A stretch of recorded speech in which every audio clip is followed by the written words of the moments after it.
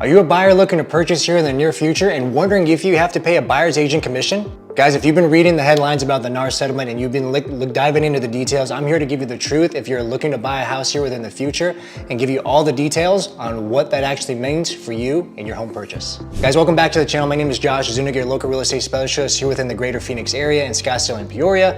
And I want to bring some details and I want to bring some light to what the actual NAR settlement is and what it means for you if you're a buyer and how it actually is going to reflect on you as your home purchase. Because when you read the headlines, you're saying, whoa, buyers have to pay the buyer's agent commissions, sellers don't have to pay any commissions anymore.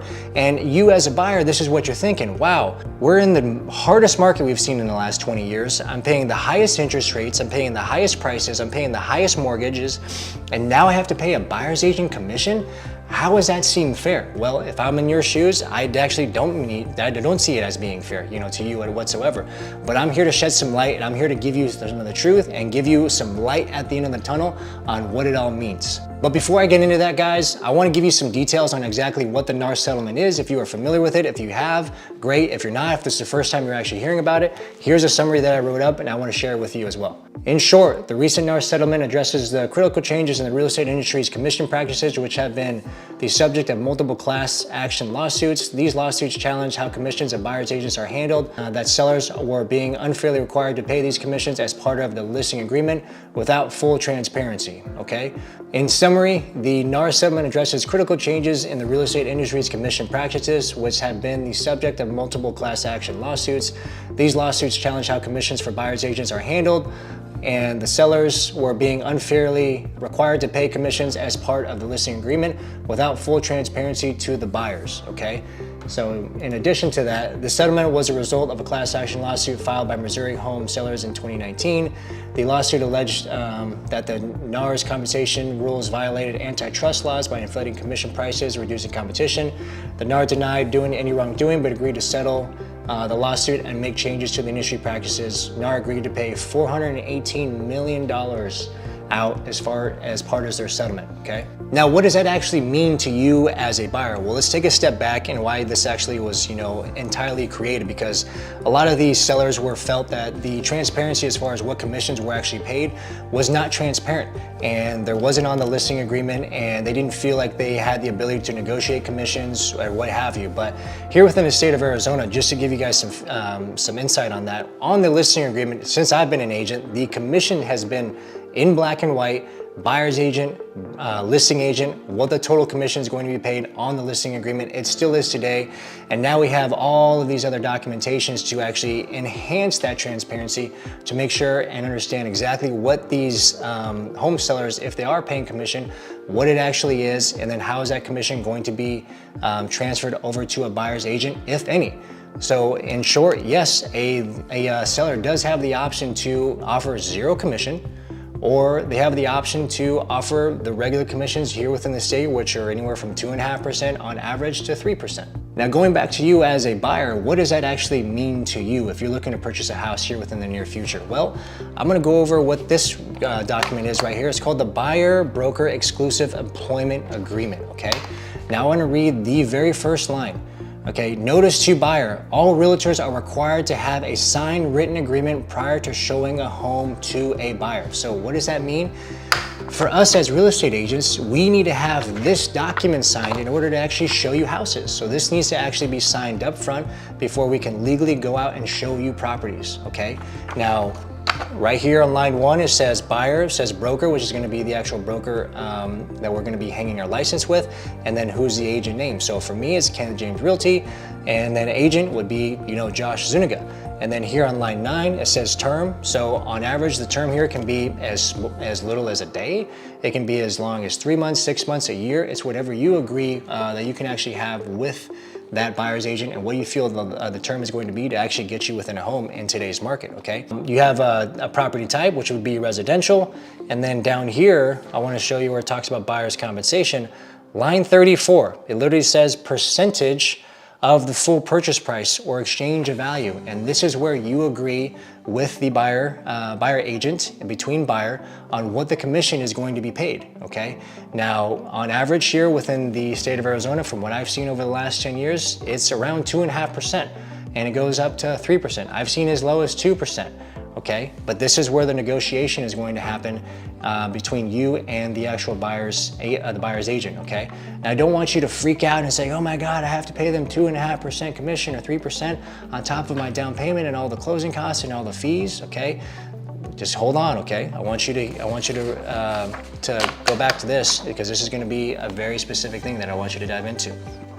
On line 62, right here, says, notice, if buyers decide they do not wish to view property listings unless the seller or seller's broker has offered adequate compensation to broker, the buyer must have the instruction to broker in writing. So what does that mean to you? So when it goes back to the listing agreement, those whatever that listing agreement was signed and what that seller has decided to actually offer in compensation, that is going to make sure that that buyer's agent is going to be paid. So in short, this means that if the seller's not offering a commission, you're giving full authority to your buyer's agent to not show you those types of properties, okay? This is where it actually gets really good for you. So yeah, I know a lot of individuals were freaking out, oh my God, how am I gonna pay the commission? That line right there specifically shows you and tells you that we as buyer's agents don't have to show you that home if it's not offering a commission. Because guess what? The seller is going to be paying that commission. If we go back to here, on line 34, if it says 2.5 or 3%, guess what? The seller is going to be paying that commission, not you. So all you really have to worry about is going into that agreement with paying your down payment, paying your closing costs, inspection fees, appraisal fees, and getting into hopefully within a good interest rate if we are able to negotiate that down, and into a good purchase price in a wonderful home in a wonderful neighborhood, okay? And just for some redundancy, guys, I want you to take a look at this document here as well, okay? This is called the Seller's Compensation Addendum. All right, so when we make offers for you on your behalf, this is an addendum that we have to send in with the purchase contract and all the related documents. And on here, it says check for sale, percentage of the full purchase price or dollar amount that'll be paid at close of escrow. Meaning that this is what we are negotiating with the seller for us as buyer's agents on our commission, okay? And here's the cool thing, as an example, all right? Say the seller was offering 3% commission, but on our agreement, we only have 2.5% commission. But you know, for their agreement, it's offering 3. What do you think happens with that additional cash or that additional 0.5%? Does it go to the buyer or does it go to the buyer's agent? Well, good thing for you, we'll go back over here to this buyer-broker agreement. It actually goes back to you, and I'm gonna read you line 41 and 42. If seller or seller's broker's offer of compensation is greater than the broker's compensation, broker shall be paid the broker compensation and the balance shall be credited to the buyer. Broker will not receive any amount greater than the broker compensation from any source for services provided in this agreement. So that's shedding some more beautiful light on you there as well, guys, okay? So not only do you have to sign this to show any homes and agree on the commission that's going to be paid to the buyer's agent, we also have the ability to not show you homes that are not offering compensation, and we also have the ability to negotiate our compensation to the sellers with this document here, okay? And then I'll even show you here on the listing agreement, this is page 2, where it directly says that. For the sale on line 46, this is where a listing agent puts their 2.5 or 3%. And then for a buyer broker, this is where they put how much is going to be offered for a buyer's agent. So what I'm telling you this, guys, is that you don't have to worry, all right? If you were thinking that you have to pay a buyer's agent commission, those days most likely are not going to be the case. I've been doing these transactions here for the last couple of months since all this NAR settlement has been finalized, and things are literally just going as normal. Sellers are still offering compensation, because me as an agent, when I'm thinking, guys or sellers, if we don't offer a compensation, how many showings do you think we're gonna have? How many offers do you think we're gonna be getting here within the next 30 days? Probably not very many. So us as listing agents are trying to have that conversation where we still need to make sure that we need to offer something, because buyers are in the hardest market they've seen in the last 20 years. They've seen the best market and the worst market in the last 4. So in 2020 and 2021, you were paying over asking price. They would have plenty of people paying in cash. People were waiving inspections, people were waiving appraisals, and guess what? You had to go on the fence. You couldn't buy because you were just beat out of the market. And then what happened? In 2022, boom, interest rates went up, getting as high as 8%, okay? and and guess what happened? Buyers were put on the fence one more time. So buyers are exhausted at this point, right? And I know you are, and I feel for you. I don't want you to feel exhausted. I want you to see hope. I want you to know that there's gonna be a brighter future for you. I wanna be there to help you. My team wants to be there to help you. Guys, if you're looking to buy a house here within the near future, within the end of 2024, going into 2025, and anytime beyond that, we want to make sure that we're here for you. We want to make sure that we deliver superior customer service. We want to sit down with you for at least an hour, go through a buyer's consultation, review all these documents for you, go over what your home purchase goals are. If you're looking to up buy, if you're looking to sell, if you're looking to buy, looking to invest, all the things. We want to make sure that we can try, even if you're looking into it, create generational wealth for you and your family. So when I say that we care, we genuinely care. All of our clients feel like family, and we love to build lasting relationships, especially here within the Valley.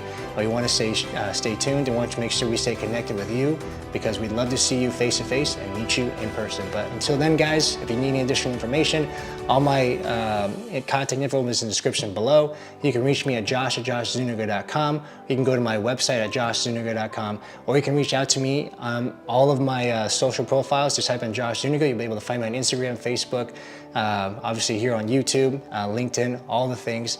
We want to make sure that we're staying in front of you and creating enough value for you, and hopefully be able to have the ability to earn your business here in the near future. But until then, guys, take care.